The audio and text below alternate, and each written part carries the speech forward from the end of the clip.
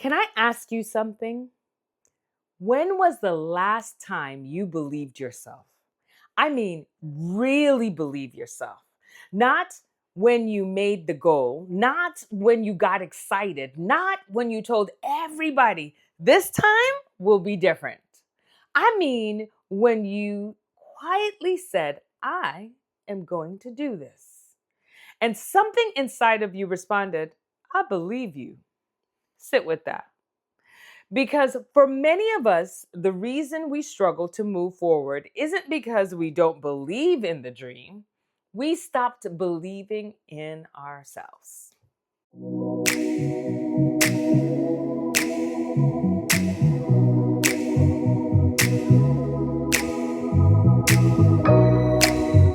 Welcome back to Empowered Me. This month, we've been rebuilding something powerful: self trust. Because consistency is self trust. We started by understanding that motivation is unreliable. Then we learned discipline is not punishment, it's self respect. Then we talked about small habits creating a new identity. Today, we bring it all together: keeping promises to yourself. Let's talk about trust. If you had a friend who constantly said, I'll be there, but never showed up, eventually you would stop expecting them to come. Not because you hate them, not because you don't love them, but because history taught you something. Trust is built by evidence. Now, here's the hard question: what evidence have you given yourself?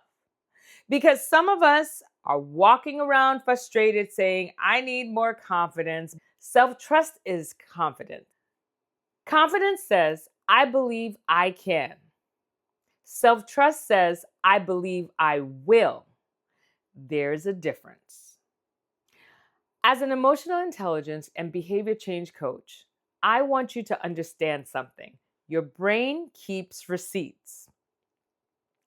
Every time you follow through, it remembers.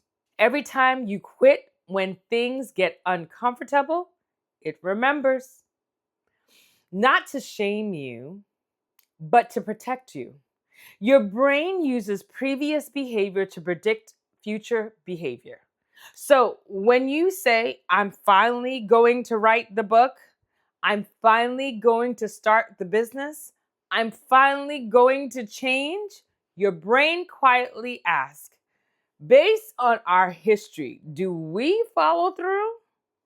That's why discipline matters. Not because you're trying to prove yourself to people, because you're rebuilding evidence with yourself. And I had to learn this because people see the titles now: professor, coach, speaker, business owner.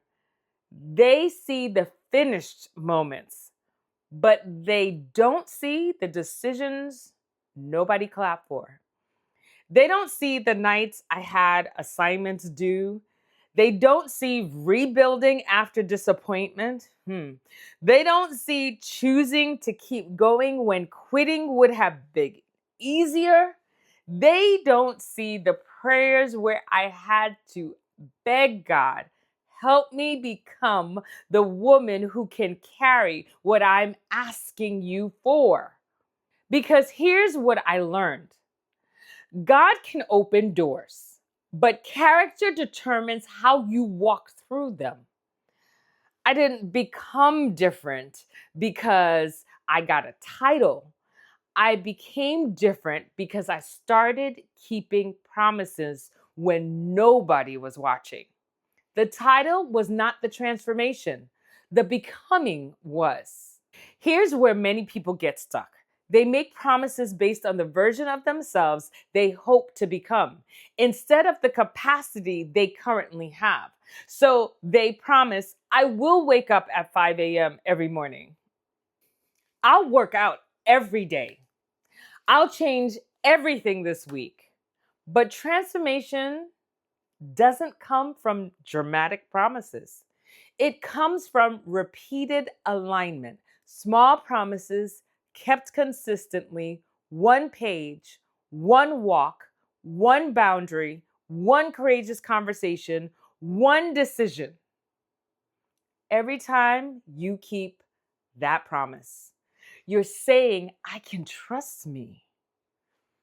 So stop asking, why don't I have discipline? Ask, where did I lose trust with myself? Because that is where rebuilding starts. Not shame, not guilt, not beating yourself up, awareness, ownership, intentional action. This week, I want you to answer this. What would you attempt if you fully trusted yourself to follow through? Don't answer quickly, because your answer may reveal the dream you stopped pursuing because you didn't trust yourself to finish it. The book?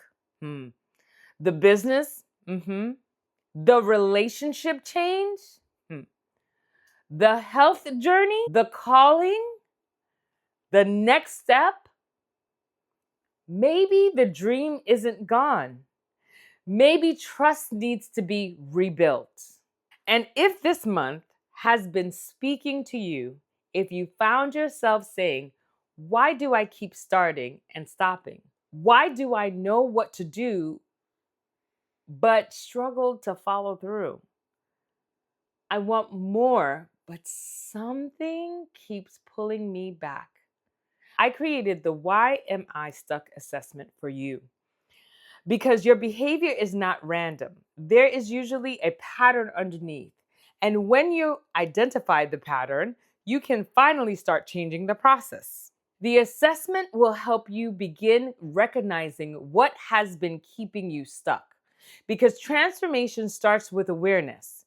You cannot rebuild what you refuse to examine. So as we close discipline this month, remember this. The most important promise you keep may not be the one you make to everyone else. It may be the one you make to yourself, because the woman you are becoming needs to know, I can trust me. Keep showing up. Keep rebuilding. Keep choosing growth, one promise at a time, because consistency is self-trust, and it's time to own your next level.